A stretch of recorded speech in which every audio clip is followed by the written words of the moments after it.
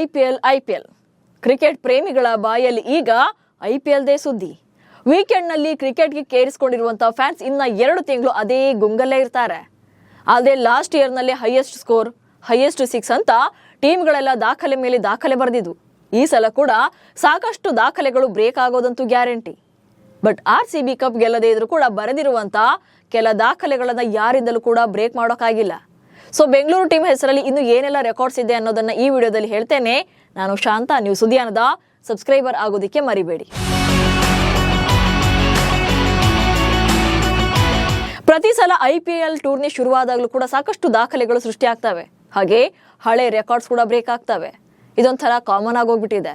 ಹೀಗೆ IPL ನಲ್ಲಿ RCB team ಬರೆದಿರುವಂತ ಕೆಲ ದಾಖಲೆಗಳನ್ನ ಇಂದಿಗೂ ಕೂಡ ಯಾರಿಂದಲೂ ಬ್ರೇಕ್ ಮಾಡೋಕೆ ಸಾಧ್ಯವಾಗಿಲ್ಲ.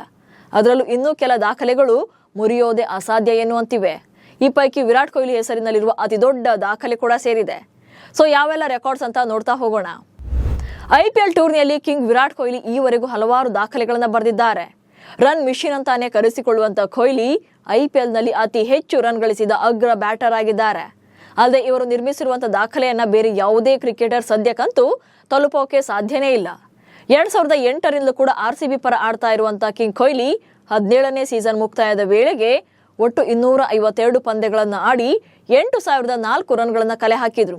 ಈ ದಾಖಲೆ ಮುರಿಯೋಕೆ ಹತ್ತಿರದಲ್ಲಿರುವಂತಹ ಯಾವುದೇ ಆಟಗಾರ ಸದ್ಯಕ್ಕಂತೂ IPL ನಲ್ಲಿಲ್ಲ. ಹಾಗೆ ಒಂದೇ ಆವೃತ್ತಿಯಲ್ಲಿ ಅತಿ ಹೆಚ್ಚು ರನ್ ಗಳಿಸಿದ ಆಟಗಾರನಾಗಿ ಕೂಡ ಕೊಹ್ಲಿ ದಾಖಲೆ ಬರೆದಿದ್ದಾರೆ. 2016ನೇ ಆವೃತ್ತಿಯಲ್ಲಿ ಕೊಹ್ಲಿ ಒಂದಿಡೀ ಟೂರ್ನಿಯಲ್ಲಿ 973 ರನ್ಗಳನ್ನ ಕಲೆ ಹಾಕಿದ್ರು.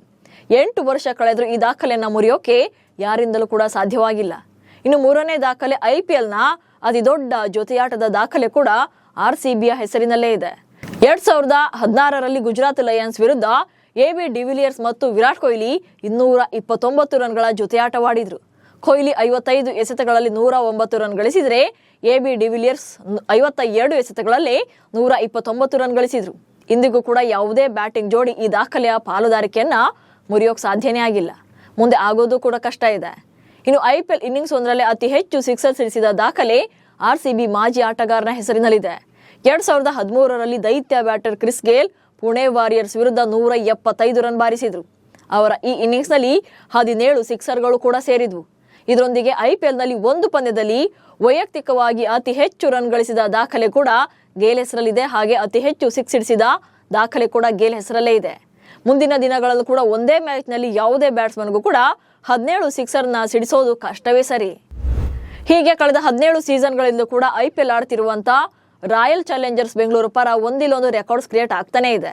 ಬಟ್ ಒಂದ್ಸಲನೂ ಕೂಡ ಕಪ್ ಗೆದ್ದಿಲ್ಲ ಅನ್ನೋದನ್ನ ಬಿಟ್ರೆ ಮತ್ಯಾವುದೇ ತಂಡ ಕೂಡ ಮಾಡೋಕೆ ಸಾಧ್ಯವಾಗದಂತ ರೆಕಾರ್ಡ್ಸ್ ಕೂಡ RCB ಹೆಸರಲ್ಲೇ ಇವೆ. ನಮಸ್ಕಾರ.